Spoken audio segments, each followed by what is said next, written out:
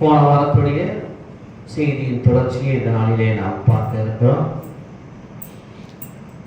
தொடர்ந்து அந்த செய்திகளை கேட்பதற்கு பரிசுத்த ஆவியானவர் உங்களுக்கும் எனக்கும் அவர் உதவி செய்வார்கள். இந்த வசனத்தை வாசித்து நாம் தொடர்ந்து கடந்து செல்வோம். மத்திய 24ஆம் அதிகாரத்தில் 4 முதல் 7 வரை உள்ள வசனங்கள். இயேசு அவர்களுக்கு பிரதியுத்தரமாக, ஒருவனும் உங்களை வஞ்சியாதபடிக்கு எச்சரிக்கையாயிருங்கள். ஏனெனில் அநேகர் வந்து என் நாமத்தை தரித்துக் கொண்டு நானே கிறிஸ்து என்று சொல்லி அநேகரை வஞ்சிப்பார்கள். யுத்தங்களை அநேகரை வஞ்சிப்பார்கள். கூடுமானால் தெரிந்து கொள்ளப்பட்டவர்களையும் வஞ்சிப்பதற்கு ஏற்ற அற்புதங்களும் அடையாளங்களும் நடைபெறும். அப்படியானால் எனக்கு அன்பான தெய்வ பிள்ளைகள், நாம் நன்றாய் விளங்கிக் கொள்ள வேண்டிய ஒரு விஷயம் என்று சொன்னால், ஒருவனும் உங்களை வஞ்சிக்காதபடிக்கு, உங்களை ஏமாத்தாதபடிக்கு, உங்களுடைய ஆத்மாவை வஞ்சித்து விடாதபடிக்கு நீங்கள் ஜாக்கிரதையாக இருக்கும்படி வேதாகம் நமக்கு கற்றுக் கொடுக்கிறது. ஹல்லேலூயா. ஆகவே கர்த்தருடைய தேவ பிள்ளைகளே, இன்றைக்கு நாட்களில் நாம் பார்க்கிறோம், வஞ்சனையின் ஆவி, வஞ்சிக்கக்கூடிய ஒரு ஆவி உலகம் முழுவதும் சுற்றி கொண்டிருக்கிறதை நாம் பார்க்க முடியும். அதெல்லாம் வாசித்தோம். பிசாசானவன் எவனை விழுங்கலாமோ என்று கெர்ச்சிக்கிற சிங்கத்தை போல அவன் சுற்றி திரிகிறான், விழுங்கலாம் என்று சொல்லி. அப்ப பிசாசானவன் ஒரு பக்கம் தேவனுடைய ஜனங்களை வஞ்சிக்கும்படி அவன் என்ன செய்கிறான்? சுற்றி திரிகிறான்.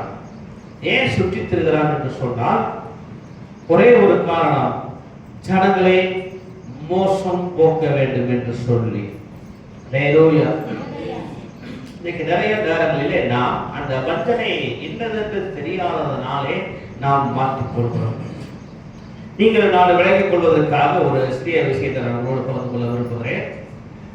நிறைய இடங்கள்ல பார்த்தீங்கன்னா, இந்த பறவைகளை பிடிப்பதற்கு கன்னிகளை வைத்திருப்பார்கள்.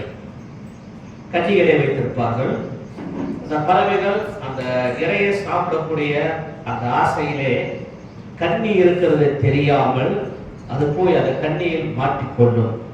அப்பொழுது வேடன் வந்து அவைகளை பிடித்து செல்வான். இது நமக்கு தெரிஞ்ச ஒரு சம்பவம். இது நிறைய இடத்துல நடக்குது. இன்னைக்கும் அதேதான். பிசாசானவன் வலையை விரித்து விட்டு எவர்கள் வந்து இந்த வலையில் மாற்றுவார்கள் என்று சொல்லி அவன் எதிர்பார்த்து கொண்டிருக்கிறான். அது விசுவாசியா இருக்கலாம், ஊழியக்காரனா இருக்கலாம், தீர்க்கதரிசியா இருக்கலாம், யாரானால் இருக்கலாம். ஏன்னா வசனம் சொல்லுது, கூடுமானால் தெரிந்து கொள்ளப்பட்டவர்களையும் வஞ்சிக்கத்தக்கதான அற்புத அடையாளங்களை பிசாசானவன் செய்வான். செய்ய மாட்டான்னு சொல்லலாம், செய்வான் தான் இருக்கு. இன்னைக்கு நிறைய நேரங்களிலே இதுதான் நடக்கிறது. எப்பொழுது வஞ்சிக்கக்கூடிய தன்மை நிறைய இருக்கு. ஆறாமே ஏவாளி பிசாசு வஞ்சித்தான். அவர்கள் விழுந்து போனார்கள். தேவனுடைய தோட்டத்தை விட்டு அவர்கள் வெளியே அனுப்பப்பட்டார்கள். ஹல்லேலூயா. அப்படியானால் அவர்கள் ஆதாமி ஏவாளையும் வஞ்சிக்கும் பொழுது நம்மையும் வஞ்சிப்பதற்கு பிசாசானவன் அவன் வகை சேடி சுற்றி திருகிறான்.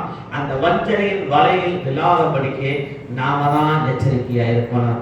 சின்ன பிள்ளைகளுக்கு மிட்டாயை கொடுத்து அந்த பிள்ளைகளை மயக்கி கடத்தி கொண்டு செல்வது போல பிசாசானவன் இன்றைக்கு பலவிதமான ஆசைகள், பலவிதமான இன்பங்கள், பலவிதமான கவர்ச்சிகரமான திட்டங்களை காண்பித்து விசுவாசிகளையும் ஊழியர்களையும் அவன் வஞ்சிக்கிறதை பார்க்க முடியும். அல்லேலூயா, அல்லேலூயா. ஒரு 5-7 ஆண்டுகளுக்கு முன்பு என்னுடைய தமிழ்நாடு அளவலாய் பரவலாய் ஒரு காரியம் செயல்பட்டது. என்ன அப்படின்னு கேட்டீங்கன்னா, இந்த வஞ்சனை, இந்த வஞ்சிக்கிறாவி ஊழியக்காரர்களை வஞ்சித்த ஒரு விதம் இது. எப்படி அப்படின்னு கேட்டீங்கன்னா, ஒரு அமௌண்ட் கட்ட சொல்லுவாங்க. ஒரு 10,000 ரூபாய் கட்டினீங்க அப்படின்னா உங்களுக்கு நாங்கள் அதில் செய்வோம், 3 மாதம் கழிச்சு ரெட்டிப்பாக கொடுப்போம். மாதம் உங்களுக்கு அது நீங்கள் 10,000 கட்டிங்கன்னா உங்களுக்கு மாதம் என்ன செய்யலாம், 20,000 வரும், 30,000 வரும் அப்படின்னு சொல்லி ஒரு குறிப்பிட்ட தொகையை செலுத்தி நம்மளை ஏமாத்துறதுக்கான ஒரு சூழ்நிலை உருவாக்குறது இவங்களை பணத்தை கொண்டு கட்டிடுவாங்க. 10,000 கட்டினா 2 மாசம் கழிச்சு எவ்வளவு கிடைக்குது? 20,000 கிடைக்குது. 6 மாசம் கிடைக்குது. நம்ம என்ன செய்வோம் அப்படின்னு சொல்லி கடனை வாங்கி கட்டுகிறது, விசுவாசிகள்கிட்ட போய் வாங்கிட்டு போய் கட்டுகிறது. உங்களுக்கு நாங்க என்ன செய்யலாம்? வீடு கட்டி கொடுக்க போறோம். நீங்க என்ன செய்யுங்க? 10,000 முன்பணம் கட்டி புக் பண்ணிக்கங்க. அதுக்கு யாருன்னா உங்க பாஸ்கிட்ட கொடுங்க, உங்க பாஸ்கிட்ட கொடுங்க. அவர் அவர் பார்த்து சொன்னா நாங்க செஞ்சு கொடுத்துருவோம் அப்படின்னு சொல்லி பேசி எத்தனையோ பேர் வீடு கட்டுவதற்கு பணங்களை கொடுத்து ஏமாந்து போய் வஞ்சிக்கப்பட்டு போயிருக்கிறத நான் பார்த்துருக்கேன். லேலூயா, லேலூயா. தமிழ்நாடுக்குள்ள ஒரு பெரிய பிரச்சனையா இருந்துச்சு அந்த நாட்களிலே. எத்தனை பேர் உங்களுக்கு அது தெரியும் அப்படின்னு எனக்கு தெரியாது. ஆனால் இப்படி வஞ்சிக்கிற ஆவி வஞ்சனையோடு இன்னைக்கு சுற்றி திரிந்து விடுது. இன்னைக்கு இல்ல, அன்னைக்கே இருந்துச்சு. ஆனானியாவை வஞ்சிச்சு. இது வஞ்சிக்கிற ஒரு ஆவி. இது நேரடியா நான் வஞ்சிக்கிற ஆவி அப்படின்லாம் நிக்காது. யாரையாலும் நாம் நம்ப தகுந்த ஆட்கள் போலதான் அது கிரியை செய்யும். நாம் நம்ப தகுந்த ஆட்கள் மூலம்தான். இவங்க ரொம்ப அவங்க நம்ம 100% நம்பிக்கை இருப்போம். இவங்க எந்த காத்து எடுக்கிறது தீமை செய்ய மாட்டாங்கன்னா அவங்களை கொண்டுதான் பிசாசு வஞ்சித்து பெரிய தீமையை நம்ம முன்னாடி வச்சிருப்பான். நம்முடைய கண்களுக்கு அது தெரியாமல் இருப்பான். அதனாலதான் பவுல் எழுத சொல்றா, நீங்கள் தெளிந்த புத்தியுள்ளவர்களாக இருங்கள் என்று சொல்றார். பவுல் சொல்லும்போது நீங்கள் தெளிந்த புத்தியுள்ளவர்களாக இருங்கள். ஏன் அப்படின்னா நம்முடைய எதிராளி யாரு அப்படின்னு நமக்கு தெரியல. நம்முடைய எதிராளி யாருங்கிறது நமக்கு தெரியாதனால நம்ம என்ன செய்யறோம்? வெளுத்ததெல்லாம் பாலுன்ற மாதிரி நம்ம நினைச்சுக்கிட்டு இருக்கிறோம். ஜெபிக்கிறவங்க எல்லாம் விசுவாசி, வேதத்தை வாசிக்கிறவங்க எல்லாம் தேவனுடைய பிள்ளைகள் அப்படின்னு சொல்லி நிறைய நேரங்களில் நாம் ஏமாந்து போகிறோம். புதுவிதமான வஞ்சனைகள், புதிய புதிய வஞ்சனைகள். ரொம்ப கவனமா இருக்கணும். லேலூயா. ஏனென்று சொன்னா கடைசி காலத்திலே இப்படியாப்பட்ட சம்பவங்கள் எல்லாம் நடக்கும் என்று சொல்லி 24ஆம் அதிகாரத்திலே மத்தேயு அன்னைக்கே எழுதி வச்சிருக்கிறார். ஒருவனும் உங்களை வஞ்சிக்காதபடி எச்சரிக்கையாக இருங்கள் என்று சொல்லி கவர்ச்சிகரமான திட்டங்கள், கவர்ச்சிகரமான திட்டங்கள். நீங்க படிக்கிற பிள்ளைகள் நீங்க ஜெபம் பண்ணும் போது நான் கேட்கிற ஒரு கேள்வி, என்ன கேள்வி கேட்கிறேன்? என்ன கேட்பேன்? எனக்கு ஜெபம் பண்ண வந்தா ஒரு கேள்வி கேட்பேன். பாஸ்டர் எனக்கு பரிச்சை, எனக்கு ஜெபம் பண்ணுங்க. என்ன கேட்பேன்? ஜெபம் பண்ண நீங்க சொல்லுங்க. சூர்யா அவன்கிட்ட கேட்டிருக்கேன், சஞ்சய்கிட்ட கேட்டிருக்கேன். என்ன கேட்டிருக்கேன்? பரீட்சைக்கு ஜெபம் பண்ணது 2வது விஷயம். நீ பரீட்சையா கேட்கிறேனா? ஏன் கேட்கிறேன்? படிக்காம இருந்தா என்ன செய்ய முடியாது? பரீட்சை எழுத முடியாது. பரிசுத்த ஆவியானவர் எதுக்கு உதவி செய்வார் என்றா, நாம் மறந்து போன காரியங்களை ஞாபகப்படுத்துவதற்கு அவர் உதவி செய்வார். ஒழிய கள்ளத்தனமான பரீட்சை எழுதுவதற்கு, பார்த்து எழுதுவதற்கு அவர் உதவி செய்ய மாட்டார். கேள்வி என்ன அப்படின்னா, நம்ம இடத்துல ஒரு ஆள் ஒரு காரியத்தை கேட்கிறாங்கன்னா அதோடைய அடுத்த கேள்வி என்ன? படிச்சிருக்கீங்களா? ஜெபம் பண்றேன், ஆவியானவர் உதவி செய்வார், பரீட்சை எழுதுறா. நான் படிக்கல, நான் எழுதணும் அப்படின்னா கஷ்டம். லேலூயா. அப்ப நிறைய நேரங்களில் கவர்ச்சிகரமான காரியங்கள். நாங்க ஜெபம் பண்ணோம்னா அப்படியே சும்மா வானம்ல கிட்டு கிட்டு நடக்கும். ஒன்றும் நடக்காது. அதெல்லாம் ஒன்றும் நடக்காது. தேவ சித்தம் எதுவோ அது நிறைவேறுவதற்கு அர்ப்பணிச்சா மாத்திரம்தான் அது தேவ திட்டம் நிறைவேறுமோ, வேற எப்படியும் இல்லை. அப்படி இல்லை அப்படின்னா பிசாசு நமக்கு ஒரு வலையை விரிச்சு காத்திருப்பான். நம்ம உள்ள கொடுத்த உடனே சோடியம் பிடிச்சிருப்பான். லேலூயா. பிசாசு போயிட்டு ஏவாளத்தை பெரிய வேலையில செஞ்சானா, அப்படியே பெரிய பெரிய உருவத்துல காட்டி ஏதாச்சும் பண்ணானா, அவன் சிம்பிளா போனா ஒரே ஒரு கேள்வி கேட்டா, இதெல்லாம் சாப்பிடலாம்னு சொன்னாங்களா? இதெல்லாம் சாப்பிட விடுங்களா? நன்மை தீமை தக்கதா, கனியை மட்டும் புசிக்க வேணாம்னு சொன்னாரு. அதெல்லாம் ஒண்ணு இல்ல. இந்த கனியை புசிக்கிறதுனாலே உங்களுடைய கண்கள் திறக்கப்படும். நீங்க தேவர்களை போல, எப்படி தேவர்களை போல மாறிடுவீங்க. அவ்வளவுதான். வேற அங்க எதுவுமே செய்யல. அந்த தேவர்களை போல மாறிடுவீர்கள் என்று சொன்ன அந்த வார்த்தை ஏவாளுடைய அந்த இருதயத்துல பட்ட உடனே, அந்த பழத்தை பார்த்த உடனே அது எப்படி இருந்துச்சா, பார்ப்பதற்கு என்ன இன்பமும் புசிப்பதற்கு ஏற்றதுமாய் இருந்தது என்று நினைச்சு பறித்து புசித்து அவள் புருஷனுக்கும் கொடுத்தார். அல்லேலூயா, அல்லேலூயா. அப்போ நம்ம ஈஸியான முறையில், ரொம்ப எளிமையான முறையில் தான் பிசாசு வஞ்சிக்கிறான். இப்போ நான் சொன்ன பார்த்தீங்களா, 10,000 கொடுத்தீங்கன்னா 2 மாசம் கழிச்சு உங்களுக்கு 20,000 6 மாசம் வரும். நீங்க கொடுக்குறது 10,000, உங்களுக்கு எக்ஸ்ட்ரா கிடைக்கிறது உங்களுக்கு எக்ஸ்ட்ரா கிடைக்கிறது எவ்வளவு? 6 மாசம் 6 கண்டா 6 × 2 எவ்வளவு? 12. அப்ப 12னா எவ்வளவு வருது? உங்களுக்கு தொகை சொல்லுங்க, எவ்வளவு வருது? ஒரு மாசத்துக்கு 20,000, 6 மாசத்துக்கு அப்ப 12னா சொல்லுங்க. 6 × 12 எவ்வளவு வருது மொத்த அமௌண்ட்? 1,20,000 வந்துட்டா. 6 × 12 1,20,000 சொல்லுங்க. என்ன கணக்குல இருக்கீங்க? 1,20,000 வந்து நீங்க கொடுக்கிறது. இதுதான் நம்ம ஏமாத்துறது. படிக்காம இருக்கிற நீங்களும் நானும் ஏமாறு பக்கம் இருந்தாலும் படிச்சு பேங்க்லயே வேலை பார்க்கறது ஏமாறம் எவ்வளவு பெரிய மோசம் தெரியுமா? இப்ப நான் சொன்ன மாதிரி தான், நீங்க 10,000 கொடுத்தீங்கன்னா நாங்க உங்களுக்கு 20,000 கொடுப்போம். 20,000 கொடுத்தீங்கன்னா 40,000 கொடுப்போம். நீங்க 30,000 போட்டீங்கன்னு வச்சுக்க, உங்களுக்கு 60,000. 50,000 போட்டீங்கன்னா 1,00,000 வந்துடும். பார்த்துக்கங்க.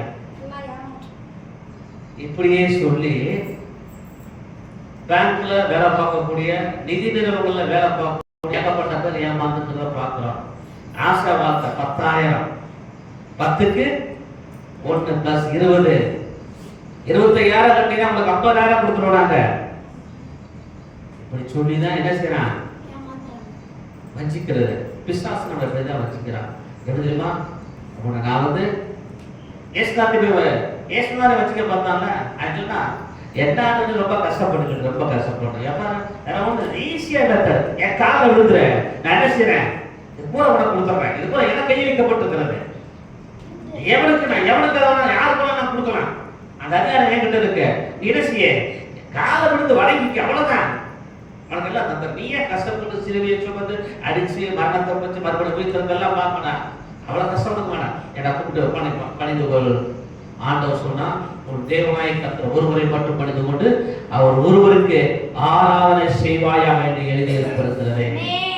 அல்லேலூயா, அல்லேலூயா. அங்கே கேட்டதெல்லாம் விட்டு உட்கார்ந்து வேதத்தை நல்லா வாசிக்கணும். வேத வசனத்தை நல்லா வாசிக்கணும்னா பிசாசு வஞ்சனை நம்ம தப்ப முடியும். ஏசுனார் அங்க வந்து பெரிய சண்டையெல்லாம் போடல. அவர் வசனத்தை தான் சொன்னாரு. இந்த கல்லெல்லாம் அப்பமாகும்படி செய்யும்.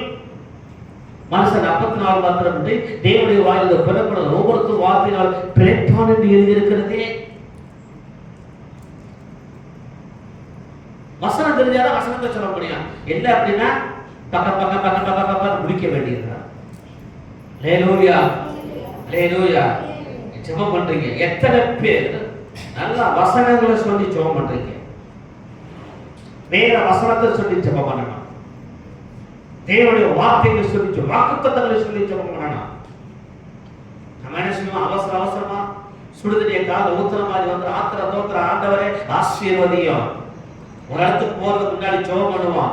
அந்த ஜெபம் எப்படி ஜெபம் பண்ணுவோம்? ஆண்டவரே இந்த இடத்துக்கு நான் போறது உங்களுக்கு சித்தமா இல்லையா? அதெல்லாம் கேட்க மாட்டோம்.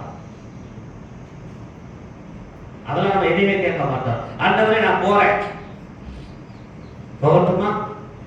உங்க சித்தம் இருக்கு ஆண்டவரே, உங்க சித்தமான என்னை அனுப்புங்க. அதெல்லாம் கிடையாது. எல்லாம் ஆண்டவர் சித்தம் தான். ஆண்டவர் சித்தம் இல்லாம அதெல்லாம் செஞ்சுட்டு இருக்கிறேன் இல்ல.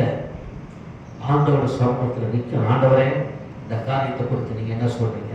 நிறைய நேரங்களிலே என்னுடைய வாழ்க்கையில ஏதாயும் அடி மேல் அடி விழுகிறது என்று சொன்னா அவசரப்பட மாட்டேன்.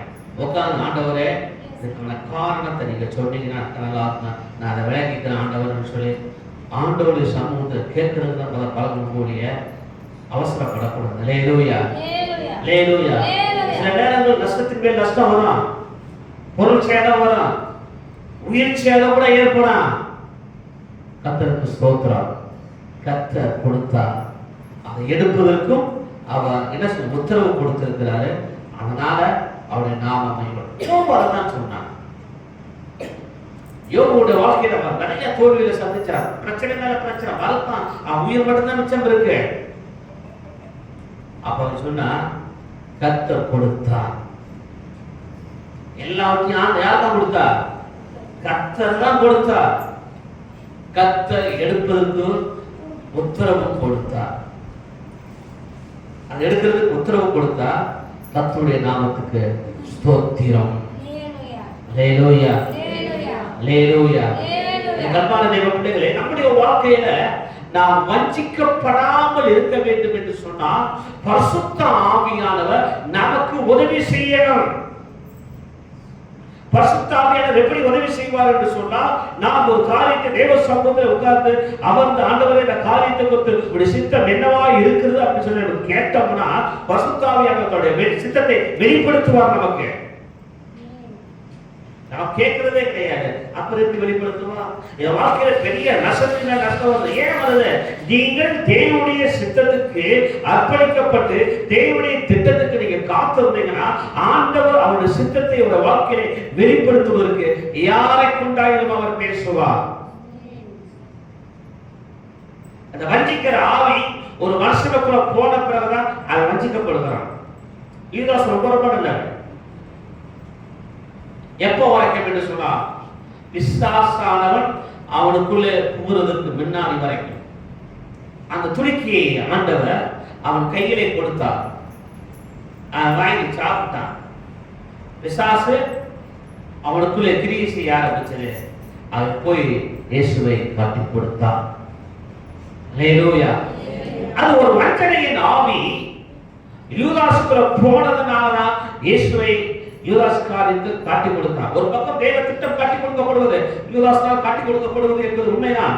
ஆனால் அதற்கு முன்பு வரைக்கும் எப்பொழுது பிசாசானவன் அவனுக்குள்ளே புகுந்தானோ அப்பொழுதுதான் இயேசுவை காட்டி கொடுத்து அவன் என்ன செஞ்சான்? தேவனுடைய அந்த அன்பை விட்டு பிரிந்து போகப்படினான்.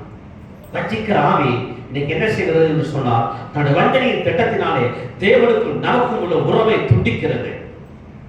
முதலாவது என்ன செய்வானா, சாதாரண ஒரு சின்ன ஒரு பிரச்சனை உருவாக்கி ஊழியக்காரனுக்கு விசுவாசிக்கும் சபைக்கும் விசுவாசிக்கும் ஒரு பிரச்சனையை உருவாக்கி பிரிச்சிருவான்.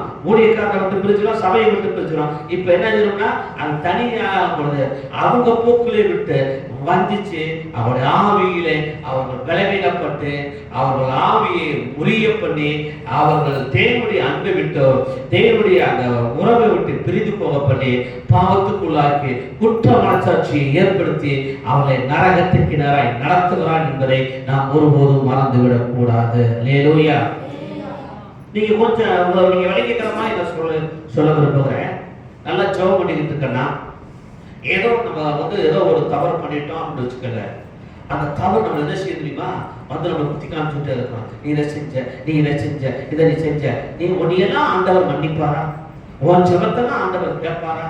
அப்படின்னு ஒரு கேள்வியை உருவாக்குன உடனே நம்ம என்ன செஞ்சிருவோம்? அடையே சோர்ந்து போயிடுவோம்.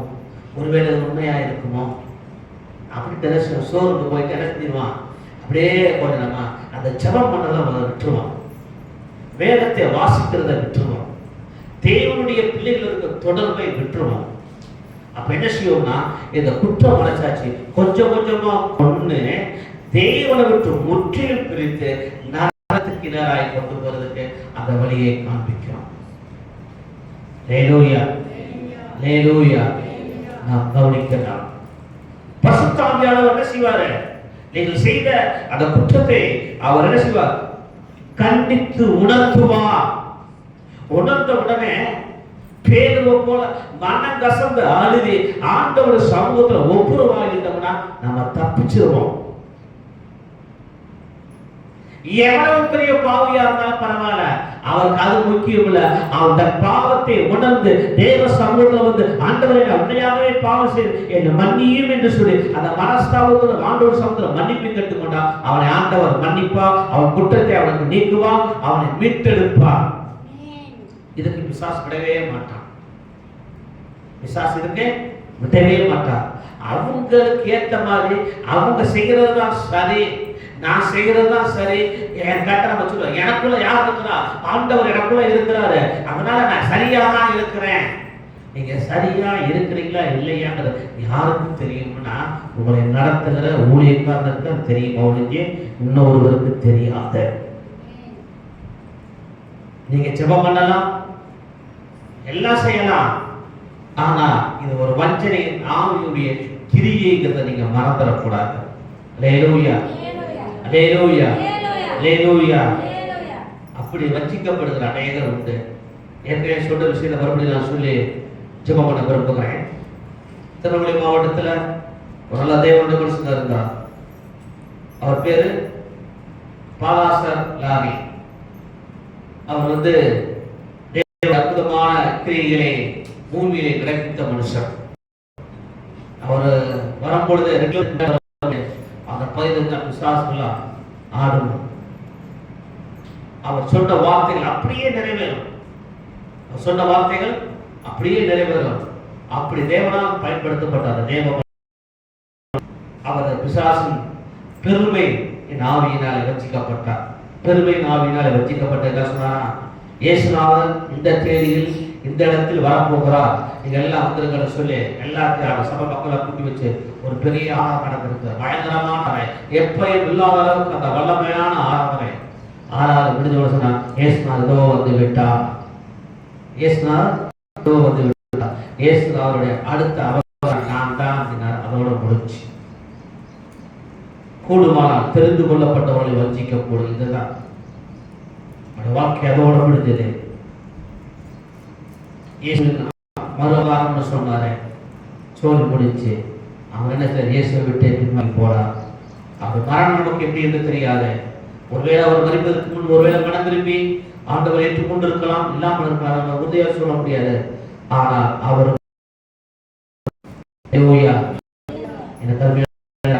பிள்ளைகளே, நீங்கள் நாம் வஞ்சிக்கப்படாதபடிக்கு எச்சரிக்கையாயிருப்போம். ஆண்டவர் ஆசீர்வதிப்பாராக. கண்களை மூடி